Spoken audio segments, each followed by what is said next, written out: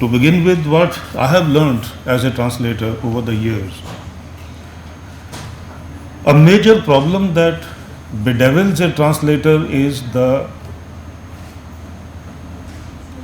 printer's devils.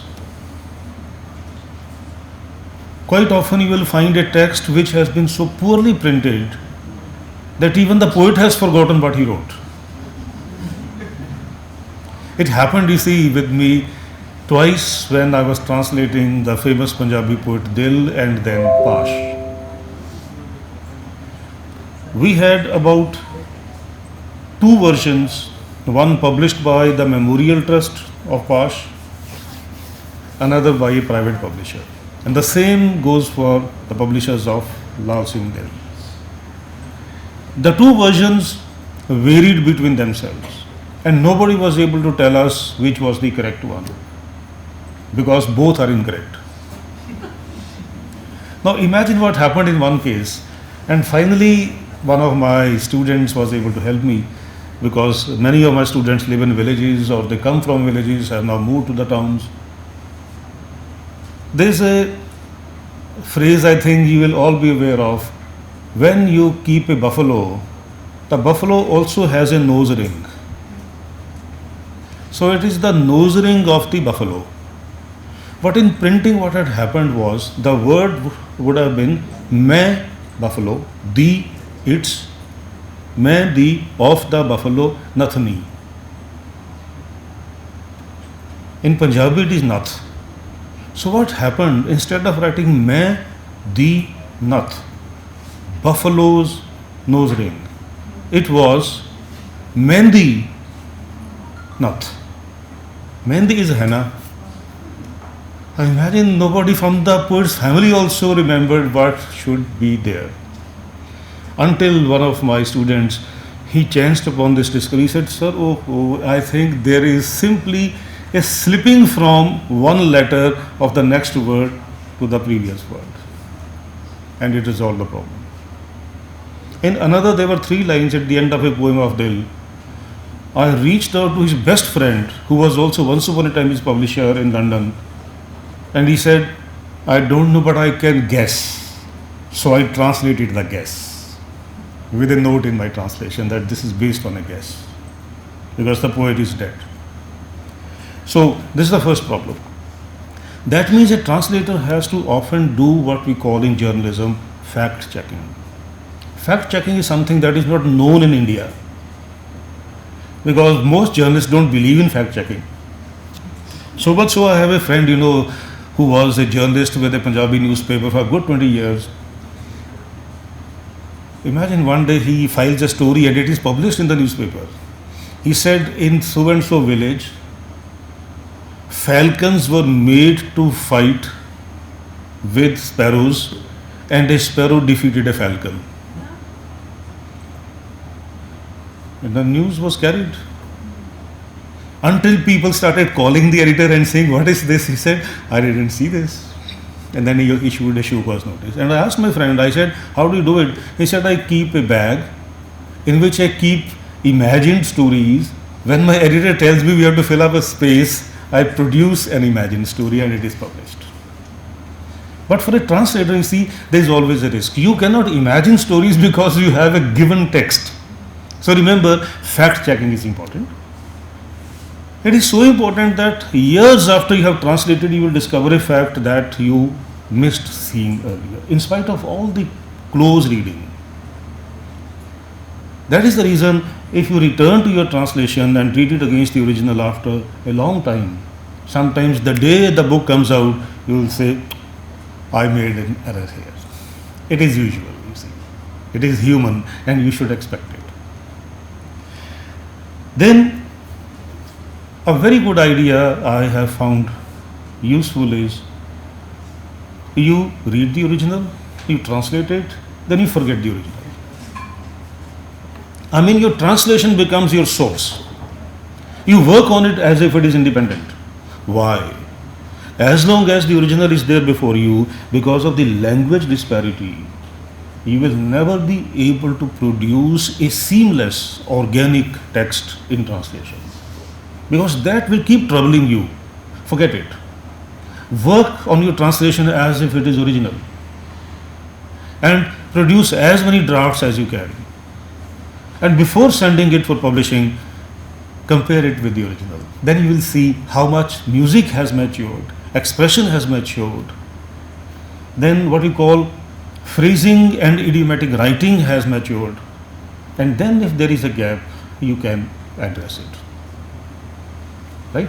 So this is necessary to give the translation the feel of the original. Without that, the translation will always be unreadable. Then, when you read a text for translation, I am talking about the text to be translated. You read it again, live with it, spend some time, some years. You see, you cannot translate because somebody tells you to translate. It happens to all translators.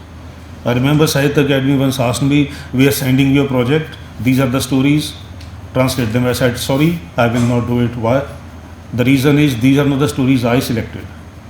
I don't want to waste even a day of my life translating something that you like but I don't. The reason is, you see, you don't translate. The work to be translated calls you and asks you to translate it. So you will see, sometimes you start the translation but your heart is not in it. Sometimes you will find it impossible to translate, but after a year, after 2 years, after 6 months, you will feel, yes, I have found the heartbeat of the original and it can go with my heartbeat. I can translate. So wait for the time when the translation will call you. Until then, don't force yourself. Let the text sink into you, become a part of you, breathe it. Then, as I said yesterday, practice deeper listening. Try to hear the text somewhere deep inside you. Walking, eating. Certain things will reveal themselves only when you are not consciously trying to translate them. See, translation becomes a kind of mechanical activity at a point. Avoid that. Translation must be undertaken when you feel inspired to do it, and find the best moments of your own body clock. Like I tell you, I can do the most productive work in the mornings until about 1 o'clock. Then I can do something productive in the evenings between 6 and 8, sometimes, not every day. Something that needs revision, I would do during afternoon or slightly late in the night. I am not a late sleeper, but there are people, you see, who will do their best at night. I am a kind of morning bird. So I do my best in the morning. Fresh things in the morning. Things you want to retain in the morning. So find your own best time of your body. Then I'll share with you a poem today. Yes. You see, this final translation, and it may not be final, maybe next time I publish it, it will be changed. This took me some 25 years to reach this stage. In the last few years the last few days, like I was struggling with an idea. You all know, I think, the meaning of the word khatarnak. So this is that famous poem of Pash, Sab to Khatarnak. How do I translate the word khatarnak? People have done it before. When I translated, I found that from stanza to stanza, the implications of khatarnak were changing. Should it be dangerous? I thought, no. It's like electricity board, their symbol, khatara, danger, right? You have skull and bones. Yes. Then I thought, dreadful, intimidating, terrifying, terrible, fearful. What do I do? Then I had to return to the meaning of the poem and thought that there is actually danger involved. And you will find it when you read the poem. That danger is, at a certain point, you will lose your soul to routine. It is an actual threat. It is not a risk. You may not know. That is risk. Danger is, it will happen if you begin to go to work every day, come back in the evening, and that becomes your life. you are dead. He says, you look at your watch and the watch is dead. The hands are moving and yet it's a dead watch because your eyes have become dead, because your heart has died. So imagine a young man writing this poem. He was in California at that time, working in a petrol station and wearing a chappal, and nobody knew how he could write such a wonderful poem until he told somebody. He said, I thought, did I come to America for this? Because he had gone to America to save his life. Terrorists were out to kill him. And finally one day when he came to Punjab, he was shot dead. He and his friend. He was around 37, 38 only. Now, this has become his signature poem, although there are equally good poems that he wrote. The people who were his friends, they are in their late 60s and early 70s now. Some of them I personally know. And when you try to imagine what this man would have been 30 years down the line, what kind of work he would have done, then you try to find the potential of a future poetry in the poetry that he wrote when he was younger. So remember, a text is not simply what it is also what it was in other forms, in what the writer wrote before and what it points to.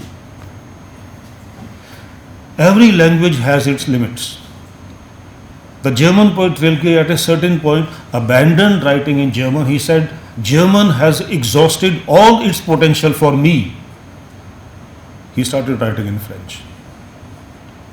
Why? Not because he was experimenting. He said, I cannot write what I want to write in the language that is mine.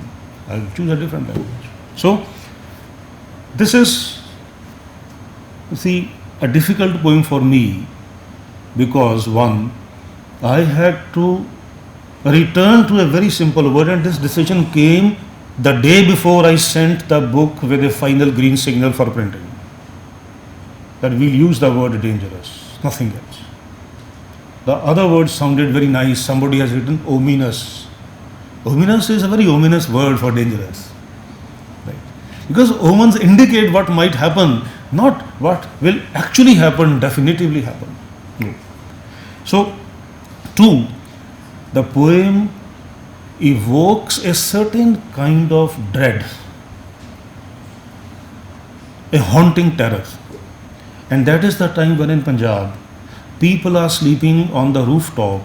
Suddenly somebody will come to the rooftop with a bamboo stair and kill everybody sleeping there, babies and old people and everyone. And he imagines the scene when dead bodies are lying in the courtyard and a moon rises, and that moon doesn't bite anybody's eyes like red pepper, he says. So those images, the music, the haunting music, this is what I believe I had to wait for some 25 years to arrive at. This is a completely free verse poem. But without the internal music of rhythm, the poem doesn't take off. So I'll just read out to you from here. Yeah, I have it on the phone also, I guess. So you can read it there with me. Will it move, right? After I start reading. I want to read out to you, I'll do it here, like this. Of all things the most dangerous, the decision of putting off all things the most comes before, because yesterday we talked about freezing and the order. It was sab to khatarnak, sabse khatarnak. I could have said the most dangerous, but sabse is not implied in the most. It is only as compared to everything else in the world, the most dangerous is this. But I used it only twice at the beginning and at the end. So, of all things, the most dangerous. Because all things had to come before dangerous. This is expanding the words from English in order to justice to the translation. To be robbed of one's labor is not the most dangerous of things. To suffer torture by the police is not. being sold off for a fistful of greed. No, no, it's not. Bad it is to be taken unprepared, and bad to freeze in silence from fear, yet it is not, of all things, the most dangerous. To see your truth go down to deceit is bad, and bad to have to read in a glowworm's light, yet it is not, of all things, the most dangerous. More dangerous than anything is to have a corpse's dead piece, to possess no discontent, to endure it all, to be always leaving home for work and work for home no more. You leave work, home for work, and you leave your work for home in the night, and that becomes your life. No more I had to add. Because that sense of killing routine had to be brought in. And those ellipses, they make that routine eternal, blocking the movement of your life. So see, that is where the poem rises in rhythm. More dangerous than anything, again there is a change. More dangerous than anything is to have a corpse's dead piece. A corpse, apostrophe S. A few people would say grammatically it is not done, but no. You can also say a book's last page when you need to say it. You animate the book by breaking a standard school grammar rule. A corpse's dead piece, to possess no discontent, to endure it all. It as a pronoun contains everything that cannot be conveyed by any noun. Pronouns can be useless, but pronouns can be the most useful because they comprehend everything. Then, the most dangerous of all is the dying of the dreams. In Punjabi it is, ਸਭ ਤੋਂ ਖਤਰਨਾਕ ਹੁੰਦਾ ਹੈ ਸਾਡੇ ਸੁਪਨਿਆਂ ਦਾ ਮਰ ਜਾਣਾ. Right? Mar jana, people have translated this, the death. No, mar jana is a verb in motion become a noun, what you call a gerund. Like singing, boxing, smoking, dying. Imagine your dreams are dying before you. That is the most. If they are dead, then they are dead. You can only mourn them. Here you witness their dying. The most dangerous of all is the dying of the dreams, and sir, they are among the contributors to the music that haunts with dread. We once lived for. After a long line, you have just 4 words. We once lived for. Of all things, the most dangerous is the watch that ticks on your wrist, but looks dead to the eye. Because time has stopped for you. This is a kind of inverted immortality. You are immortal because you are trapped in a routine that doesn't let you experience your mortality, because the passage of time is our immortality. This is the paradox. The most dangerous is the eye that, seeing all, remains dead cold. People die before you, they are killed before you, properties are looted, people are pushed out of their homes, and you say, I remember this happened to me. Like, we would get up in the morning, look at the newspapers, every day there would be pictures of the dead. And when there were no pictures, we would be disappointed. That is how you see violence destroys you. The most dangerous is the eye that, seeing all, remains cold or dead cold. He uses the expression thandi yakh, absolutely cold.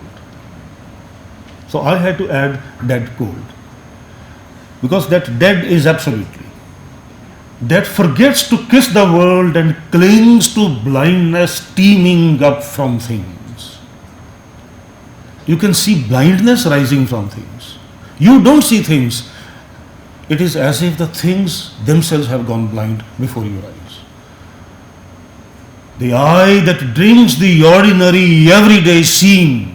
You see certain things every day, they are ordinary things, and the eye drinks that. It doesn't see what is unordinary in the ordinary. The eye that drinks the ordinary everyday scene and wears itself out, rotting in blind routine. See, the poem almost lingers into a collapse. That is what I believe is the difficult thing to reach. I don't know it is still good enough, maybe it needs to be revisited sometime in the future, but this is where I could go when I published it. Further, of all things the most dangerous is the moon. Please. Of all things the most dangerous is the moon that rises on forlorn yards of homes. I could have written courtyards, but courtyards breaks the length of the line, as a result disturbing the music.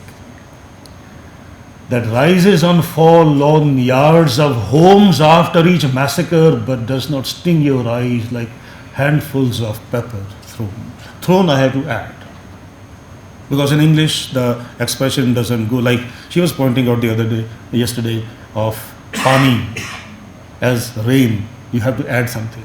Further, please. Further. Yeah. Now, some of the most disturbing images of all things the most dangerous is the song stepping over a veil to knock on your ear like a bully's terrorizing cough before a fierce-tongued family's door. A village scoundrel coughs outside your home because your man is dead or gone, a little children, and he is threatening the family. That is the way. You see, somebody is crying because somebody has been killed in their family. But in another family, somebody is singing a song. That song is a threat. We don't care for your mourning. Now this is, I believe, a scene that we all remember having seen in Punjab once upon a time. And many of you have seen in different places of the world.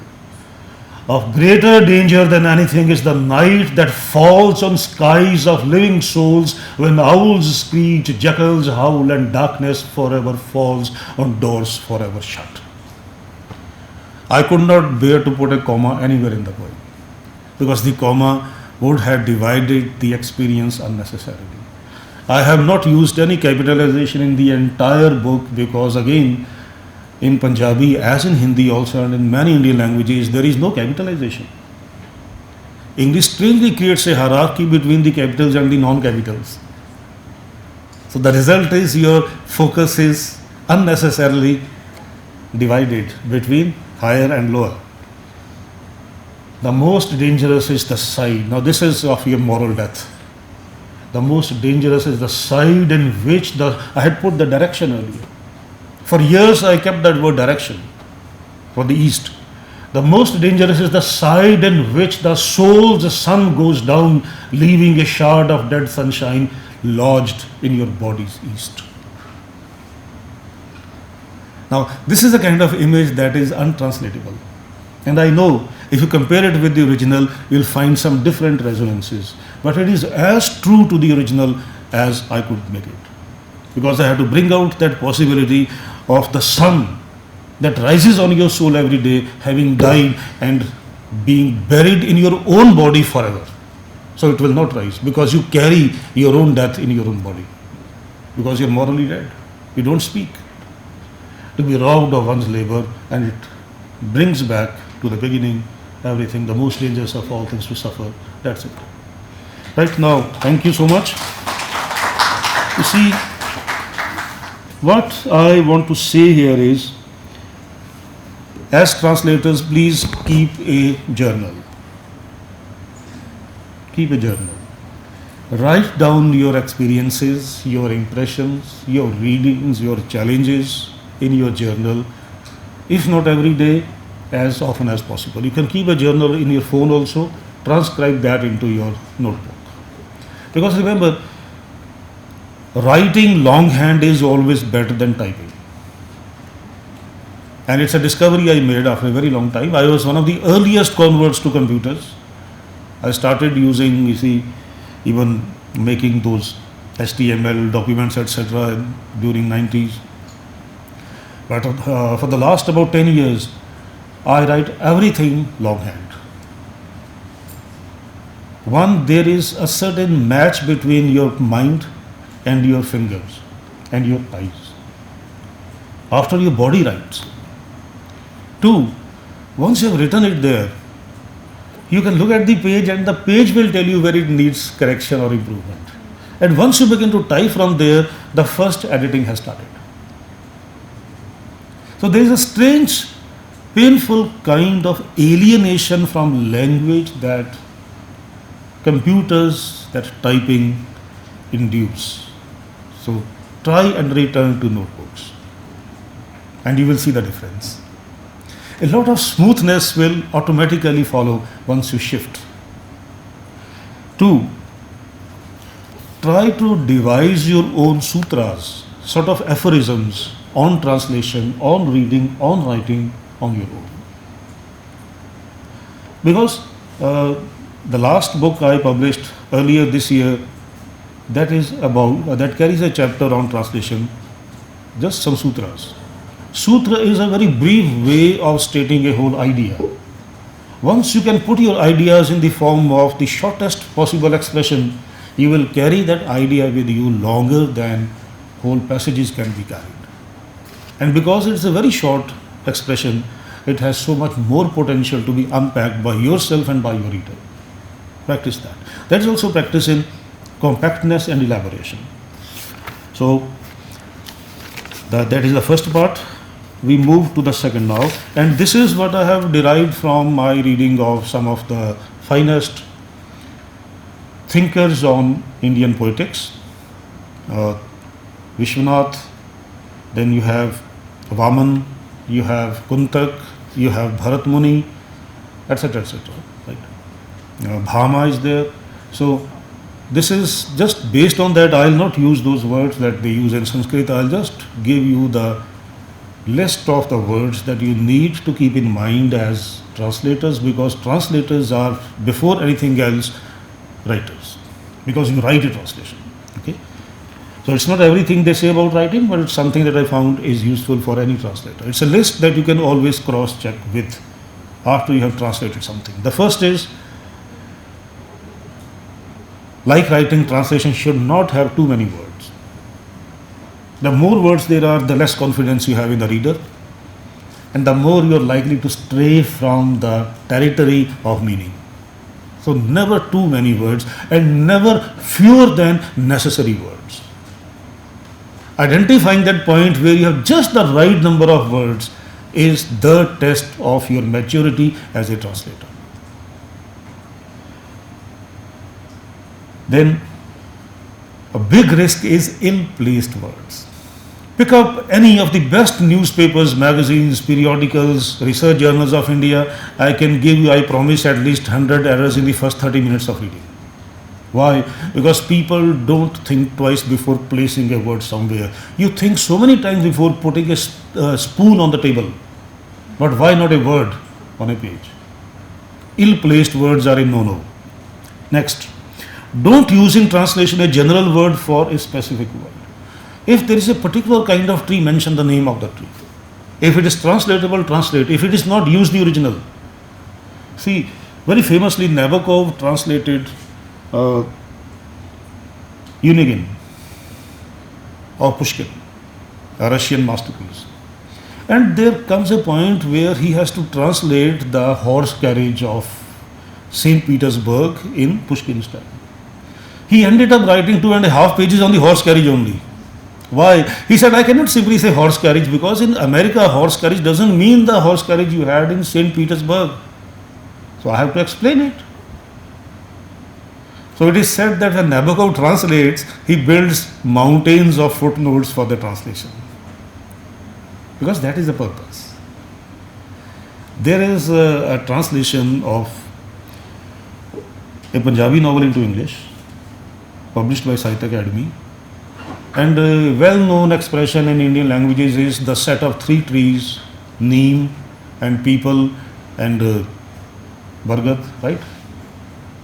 That is called Triveni. Triveni is a word used in several languages. In Punjabi it is Triveni. Imagine the 2 professors of English, both Punjabi, translating that, say, a cluster of trees. Specifically 3 trees are mentioned. Only those trees are there in Triveni. You cannot replace any one of them with any other tree. Doesn't the professor who lives in Punjab know that Triveni is Triveni?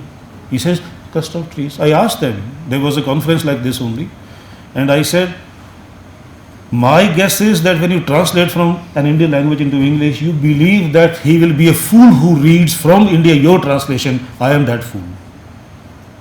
So who do you write for? For a man who doesn't know your own language? Several of us will try to read both the original and the translation. Because you think you can fool the reader. You will find a reader who is already a fool and will not be fooled by you. And they had no answer. So this kind of error, when there is a particular, you put a general word. And likewise, there is a general and you put a particular word. So much so that Khushwant Singh translating Pinjar into English removes a character from the novel. He says, I thought the character is useless, so I removed the character. He rearranges the chapters. So what is that? Is that the freedom of the translator? That's the license of the translator. Right? And license is not a good word. Again, from where does it come? The translator thinks, I have a big publisher, I have a big name. Who will bother to point out what I have done? As translators, remember you have a duty to be critics of other people's translations also. Unless you do it, you don't contribute to the community of translators. Then, words in wrong order. मैं भी जानना चाहता हूं. जानना मैं भी चाहता हूं. मैं भी चाहता हूं जानना. You cannot translate one set of words just in any order. You have to let it ring in your head and see what is intended here. In Indian poetic tradition, we used to call it kaku, intonation. How the words are uttered and meaning is situated in the way the words are uttered. And you see, there is this Rajshekhar who borrows it from the earlier tradition. He says, what is the best way of speaking when you read a literary text or when you recite? He says, look at a tigress, how she carries her cub, softly but firmly. So hold the words between your lips and on your tongue, softly but firmly, like a tigress carrying her cub. What a wonderful expression. Unforgettable. Then, incomplete meaning. Sometimes in translation, you, as in writing, you make a sentence, but the sentence does not communicate an entire meaning. You stop short of that completion. This is called akanksha actually. Akanksha is acceptable in larger bodies, like in a bigger text, in a paragraph, in an essay, in a book. Because a set of sentences is looking at other sentences in order to complete their meaning. But within a sentence you cannot. Like if you have an aphorism, you cannot translate in such a way that the meaning remains uncompleted. Then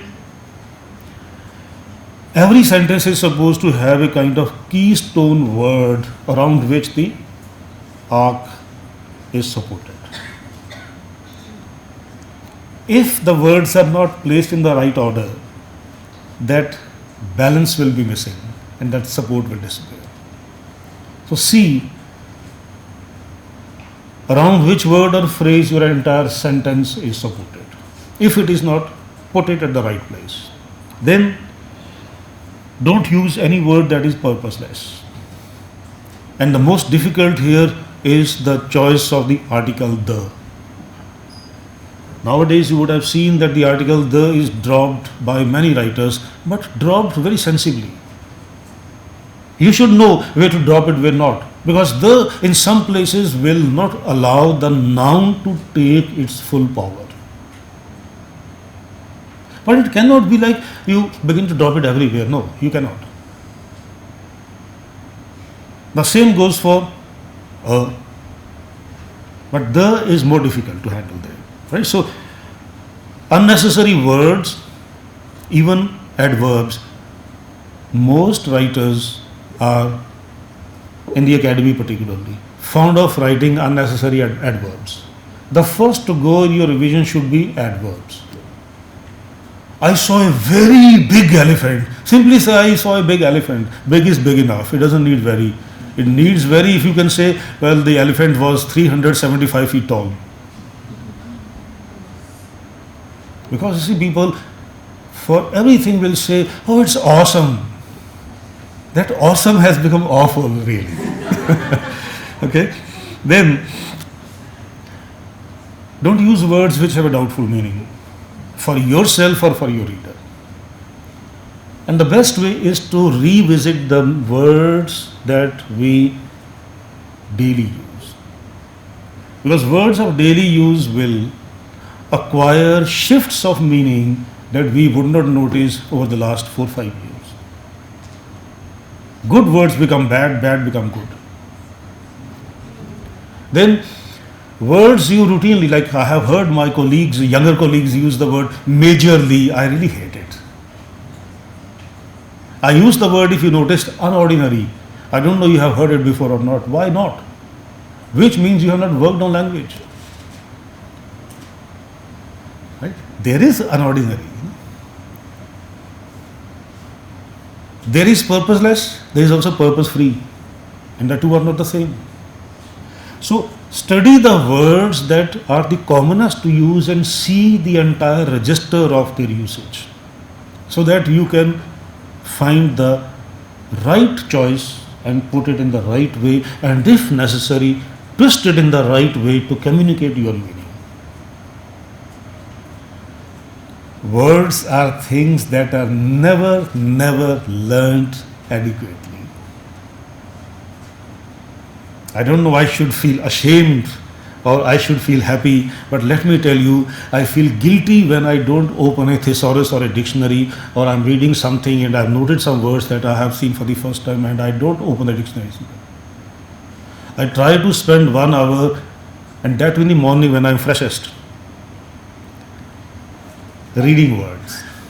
And every day I find something new, something remarkable. Like I found that word bluesy. It comes from the music blues. Bluesy is a certain kind of term that has emotional strength, pain, tenderness. Imagine you describe an evening as a bluesy affair. I can do it today because now I know what is blues music and I hear that music and I have read that word.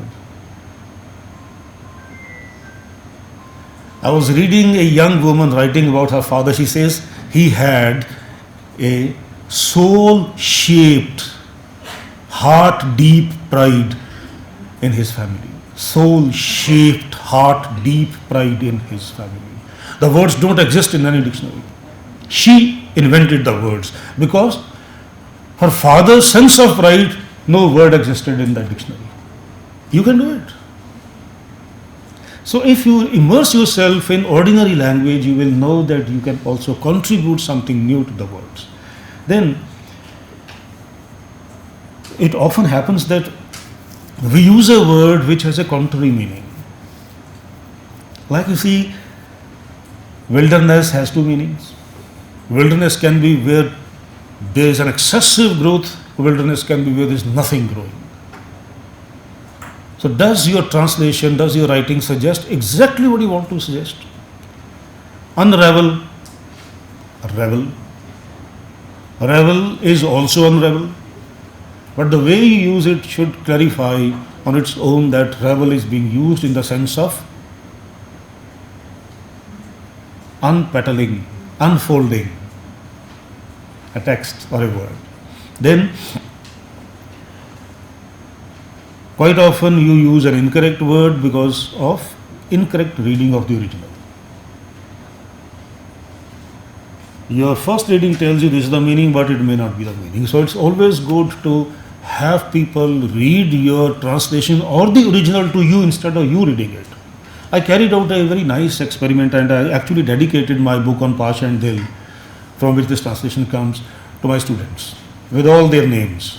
What we did was we would sit in the guest house or at my home in a semicircle, and they would read the poems in original and they would read my translation, and then I would hear how my translation sounds in other people's mouths. I would catch certain disharmonies only when other people read them out. The same way when other people read the original, they read differently from me. So that is why I said translation is a community act. Let other people join in. Your work will improve, and express your gratitude because they have contributed to what you have done. Then avoid ill-sounding words. Some words do not sound well in a certain set of words. See which word sounds well but also is appropriate to the meaning that you wish it to carry. So this marriage is difficult of music and meaning, but you'll find it. What is needed we'll discuss when we come to the third part. Then don't use words which are needlessly obtruse. We have the word clished in Sanskrit. Those words which make you deeply perturbed. You read a translation, what's happening? I tell you, Gitanjali Shri's Hindi novel, Ret Samadhi in English. I find it unreadable. I couldn't go beyond the first page. Hindi is amazing. Hindi syntax is, I tell you, something I have not read in any other writer until now. How much license can a translator take? At a certain point you can say, let the book wait for the translator. Maybe the translator will come in the next generation. At least please don't destroy the text. But the problem here is, if the translator has a white skin, people will go dancing even if he is a very poor translator. That's the reason you see you should need that courage also to point out when a translation is bad and say it openly.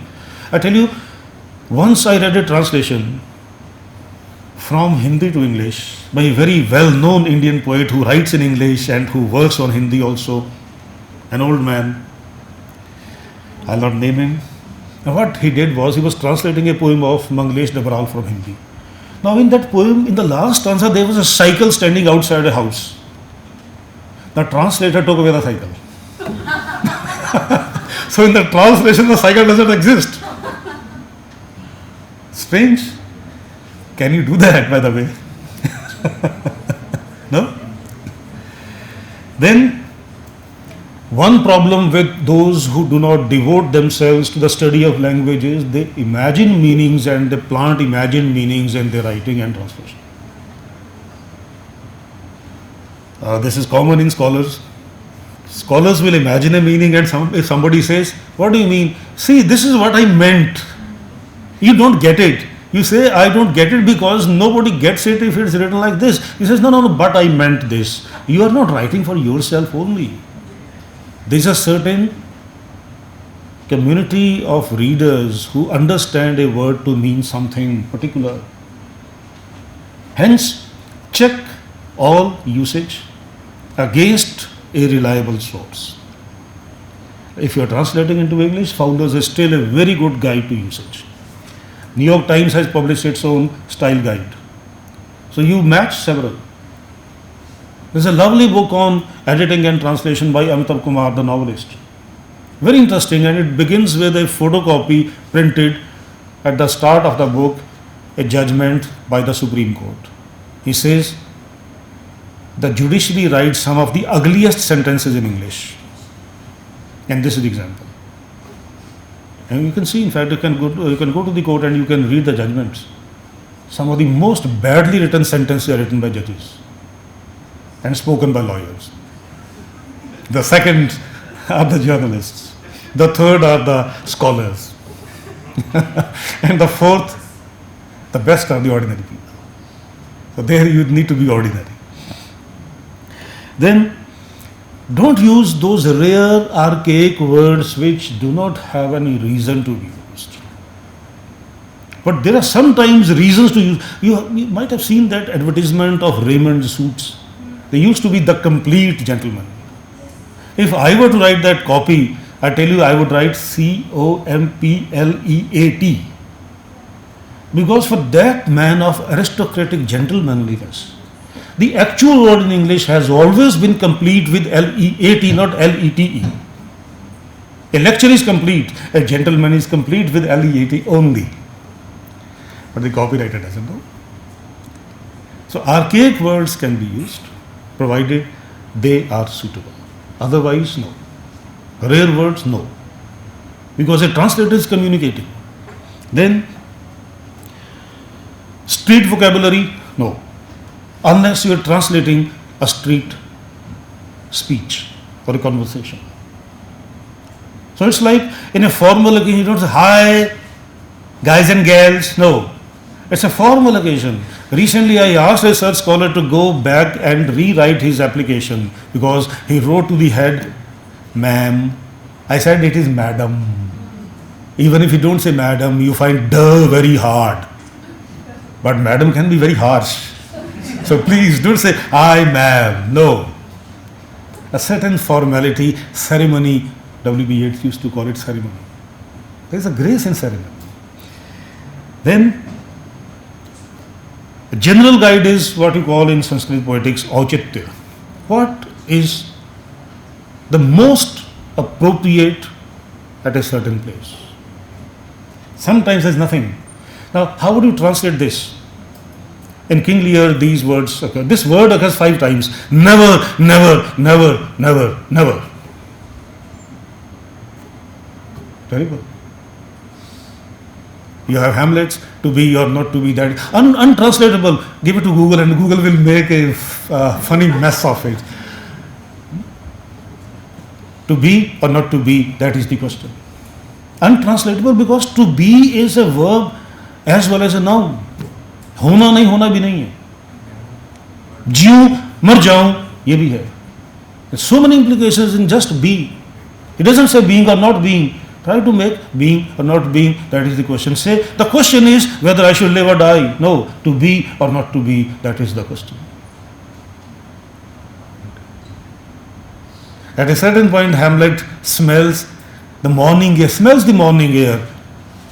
Hamlet's father, it's the ghost of Hamlet's father. He says, methink I smell the morning air. Methink, I think. Put it, I think. Even in modern translation of Shakespeare, we keep methinks. Methinks. We don't say use S with I, but he does. Shakespeare does. So how do you translate that? Do you know that there are translations from Shakespeare's English to modern English? There are translations of Chaucer into modern English. Imagine there is a translation of Premchand to contemporary Hindi. It's also translation. So translation is not between languages, it is also between different appearances of the same language at different historical junctures, because it's equally difficult. Then the rise and fall of rhythm in a sentence, and then in a paragraph or in a set of sentences. Follow that, read it to yourself, whisper to yourself. Silent reading is the biggest enemy of good listening, and as a result, it is the cause of most of the bad translation. So let your ears hear how the words sound to you. Alright, so these things come from the Indian poetics, and very strangely, I am very sorry to say that I did not find these things earlier.